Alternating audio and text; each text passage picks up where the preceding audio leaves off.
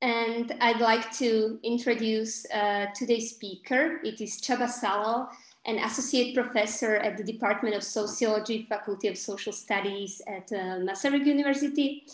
Csaba's research interest lies in cultural theory, social theory, cultural sociology, topics of collective memory and migration. And his today's presentation will be on the topic of charismatic leadership from the cultural sociological perspective. Csaba, the floor is yours, and I will also leave you space on the screen.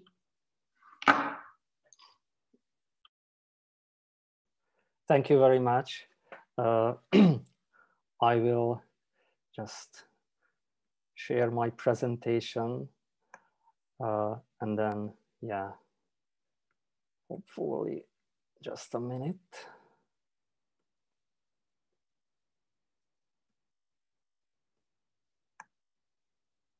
Oh. Yes, I hope that you already see it. So very quickly, just for the beginning, this is a work in progress which bridges something which I have just finished dealing with, actually Orban and the whole crisis of legitimacy of post-communism related perhaps primarily to Hungary, and something which I started to deal with in the last months or maybe a year, which is related more to cultural theory and the recent cultural theory of existential suffering, and this whole project or something like that is perhaps in a very initial phase. So I will be very, very glad to hear your remarks, comments, and all this kind of bunch of ideas. So actually, I will tell you a story. It will be more a story related to a walk in a forest where I will just stop and somehow claim that we can go in this direction or we can go in other direction, but we will move forward and hopefully arrive somewhere. For the beginning, I just want you to actually see a very quick Facebook-based actually movie. I don't claim that it's a video, and I will not interpret it in detail. We can return back to this in the discussion, but it will be a kind of illustration creating the atmosphere or kind of representing or demonstrating, manifesting the atmosphere I will speak about. And yeah, so it's better to see than to speak about. Hopefully you hear the voice also.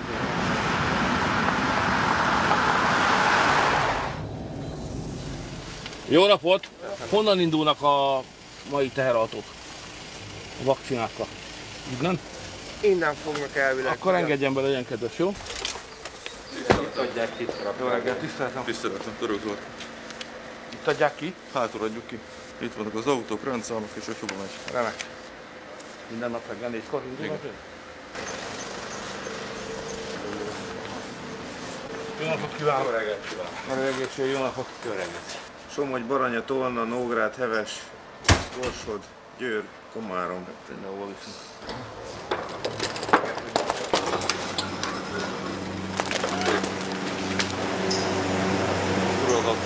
Elhozottra? Fehérvár. Veszprém, József Attila, igen. So that's it. And perhaps that you can guess what did we see, and perhaps that we can try to decode it, what kind of meanings were generated here, or what kind of meanings were presented, and how these meanings are somehow appropriated and reappropriated by the public. But this actually we can leave to a discussion. What I want to present you, what I want to show you is actually a frame, a conceptual and interpretive frame, which I try to develop, what I try to use actually or apply, and which is not radically new, but it has its roots in Max Weber's sociology. But I think, and this would be actually my main claim, and this is a main inspiration for me, that if we want to understand actually populist leadership, if we want to understand what is happening around us, and not just in Hungary perhaps, but in other countries and other societies too, then we maybe can also return back to Weber and try to understand his position and his perspective, and on the basis of this return back, right, and modify this and somehow reinterpret it. So simply why I turned to the concept of Führerdemokratie was first to understand what is happening around us, what is happening actually in Central and Eastern Europe, how we can understand actually what is happening from the 2010s, or also what is happening in terms of usual public cultural terms of populism and authoritarian or semi-authoritarian regimes. But actually, I don't want to speak about these happenings or these events, because it was much more important that somehow I realized that there is a much more deep insight in Weber's concept of Führerdemokratie, and this actually this whole idea I would like to speak about it is just connected to Führerdemokratie. It starts with this idea of routinization of charisma, as I will go to that quickly, and it opens up interpretive possibilities which are much more interesting than just politically, how to say, relevant. So very simply, actually the concept of Führerdemokratie is used by those who are actually on the side of Orban, right? It means that it's interesting that the concept is much more favored by those interpreters who affirm the illiberal and hybrid character of the Orban regime, for instance, right? It means that it's not necessarily a critical concept from this point of view that politically it somehow reveals something which is bad and nasty. So it made this concept even more interesting for me, right? And perhaps in some way I tried to develop or try to read about the development of the concept, about the genealogy of this whole or Weberian idea of Führerdemokratie, or the whole Weberian idea of the legitimacy, which is based on the will of the subjected, will of those who are subjected to the authority. And there is a whole huge literature around that, how Weber actually was revising his ideal types of domination. What we know, these three types, is actually the last version, but they were different versions. And there is a huge story about it. I don't have time now to present or speak about it, but which is interesting from this point of view, that actually this idea of Führerdemokratie, or this plebiscitary leadership democracy, was presented by Weber in Vienna in 1917 after the Bolshevik Revolution, and it was somehow related to the correction or revision of the ideal type of legal rational authority, right? So the will of the ruled is actually referring to some kind of democracy, right? It's a kind of legitimacy which is democratic. The Führerdemokratie actually is interesting because this is a kind of personalized form of plebiscitary regime, right? It means that it is those, this is a form of mediate or mid form, intermediate form between the fully depersonalized plebiscitary democratic regimes, where it's enough to have an office, and the office in itself gives someone an authority, right? You can see a kind of development, right? At first you have a charismatic authority, and the charismatic leader is exceptional, justifies his authority by some kind of extraordinary events, right? We all know these stories about the charismatic authority, which for Weber was very exceptional. It was just temporal. It cannot be, could not be actually very much institutionalized for a long term. It means that there is a process of routinization, and the routinized version of charismatic authority is actually the completely depersonalized regime, while the personalized plebiscitary regimes are those we know, like Putin's, like the Napoleon III, and like Orban's and others. But what is important in this is actually how the charismatic authority is related to revolutionary politics. In this moment, this enters the scene cultural Marxism, which is my long-term somehow obsession, perhaps. And in this sense, the whole scene is interesting, even more interesting, because we can see that even at that time of the Weber's time, after the First World War, there were different attempts to actually find a common denominator, or find a kind of theoretical synthesis between materialist and idealist, in that terms, traditions. But it's more important for us to see that revolutionary politics, which somehow gives charismatic authority to emerge, cannot be separated from symbolic framing. It means that revolutionary politics is based on a persuasive crisis narrative, from Weber's point of view, also from Lukács' point of view, and Mannheim's point of view, and others, I mean, at that time, sociologists or philosophers who are dealing with the revolutionary the legitimacy of revolutionary authority. And to make it very quick, the connection, this kind of crisis narrative and the revolutionary form of legitimacy is directly linked what Max Weber theorizes as revolutionary and prophetic authority. It means that charisma and religion, it's very clear that they are connected, right? But for us, from a cultural sociological point of view, it's important to understand how this prophetic appeal to moral duty of the followers is related to the justifications, related to narratives, related to a specific forms of rhetoric, right, which is becoming very clearly significant. Recently, we see that the Führerdemokratie, the populist leaders' rhetorics and the forms of justification is very clearly interpreted in terms of demagogy, right? In terms of deception, scapegoating, manipulation, and all that stuff. For Weber, and it's interesting, at least for me, Weber and the others around him actually treat this in a more ironic sense.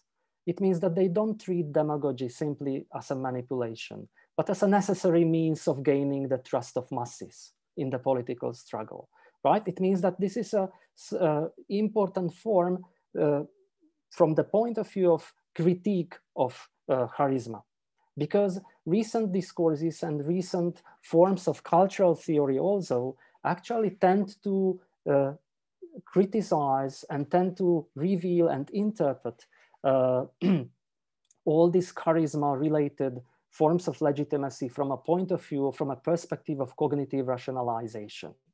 To make it very simply, Weber shows us a chance to interpret these forms of demagogy and rhetoric and symbolic framing from a point of view of ethical rationalization. This will be my other point, right? I just try to arrive.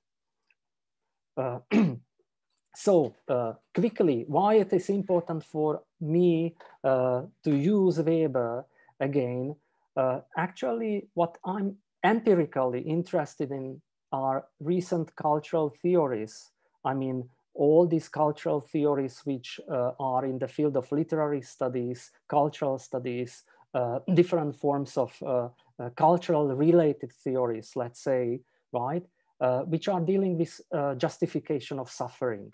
And not just justification of suffering, but justification of disobedience and some kind of resistance to recent world because of these forms of suffering, right? It's very, again, Weberian theme, which is not reflected and interpreted in recent culture-related theory in Weberian terms. There are different forms of interpretation. I will mention these interpretations quickly, but actually the justification of suffering is a basic ethical theme, which is very nicely theorized by Weber in connection with world religions and magical religions.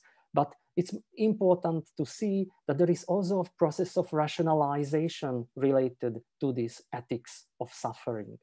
And from a sociological point of view, it's very important that the experience of unjust suffering, right, is plays a very crucial role in breaking the social bonds which are generated with shared myths, right? It means that we see a kind of sociology of conflict immediately in Weber when he shows that actually the identities, the collective bonds which are generated by shared culture can be and are usually somehow distorted by experience of suffering, but not all forms of suffering, but only those forms which are experienced as unjust. And perhaps this is very clearly a kind of meaning construction, right? It means that it's very clearly a kind of interest for cultural sociology for us. So what is important to see that this interpretation of unjust suffering, it means that interpretation of suffering as unjust is also based on some kind of cultural background when these suffering can be revalued as symptom. In recent culture-related theories, we can distinguish between three forms of justifications, of three theories, let's say, of existential suffering. Often, and this is the new trend, often this existential suffering is framed by neurobiological explanations, right? It's very closely related to neurobiological explanations of mental illness. But this is not the only one. And it's interesting for me to understand how these three theoretical perspectives are constructed, and it's interesting to analyze them, to understand their construction, their articulation exactly from this Weberian points of view. The first, we all know them, is the existential and phenomenological theory of trauma, right? It means that this is one of the streams, one of the perspective, which actually understands and explains existential suffering in terms of trauma, right? The remembered past, and the past has still some kind of important influence in our life. The second will be naturalist materialism, like Catherine Malabou and other recent cultural theorists and philosophers, which very openly build on actually and locate on suffering in the brain, right? It means that they work with this medical imagination, work with the technological imagination, and locate actually suffering in the brain and in the body. And the third perspective, and this is how it is related also to cultural Marxism, also not just to biology and not just to psychoanalysis, is actually the connection of this experience of suffering with the spaces of ordinariness and the spaces of crisis. It means that there are still those works which actually relate existential suffering to urban decay or longer working day. It means that it's much more a kind of conventional form of subordination in sociological terms. Okay, I'm turning to the conclusion, which is not a conclusion yet, right? It's a kind of idea how to what can be somehow revealed, or what can be somehow demonstrated in this whole discourse about insubordination and existential suffering. And there are very interesting parallels with Weberian perspective. And I think that my main point is that there is a confusion between cognitive and ethical rationalization. And for sociology, for cultural sociology, it will be useful to separate, right, and simultaneously think about cognitive forms of rationalization, let's say criticize some forms of justification and legitimacy from a scientific point of view, and to criticize it or to understand it from a value commitments point of view. It means that very simply, it is not very useful from a sociological point of view to treat populist leaders as lying persons, as persons who are deceiving and the others, and we can prove that they are lying on the basis of some kind of scientific truth, right? Because it does not allow us to understand actually how the communicative relationship actually between the leaders and between the followers work. Similarly, in relation to the existential suffering, it will be very important to work also with the level of ethics, but not only in the sense of the communicative relationship of the therapist or professional and the client, but actually with the ethical rationalization which generates trauma, which generates forms of subordination, which generates some kind of ethical attitude which actually leads to suffering, right? It means that the main point from this utopic perspective is that the abstract standpoint of morality, which is the kind of endpoint of ethical rationalization and which we live in, right, in these conditions, also contributes to our existential suffering. But it's very hard to theorize and very hard to accept.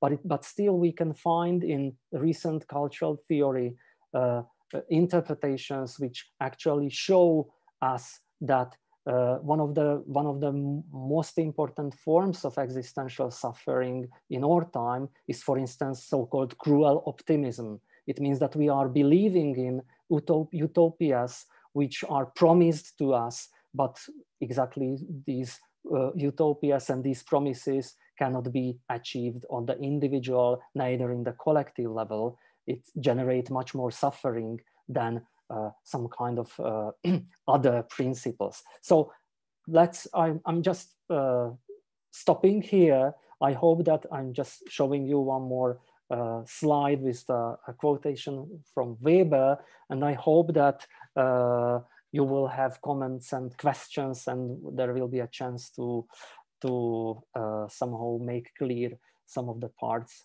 which are somehow probably not quite clear now.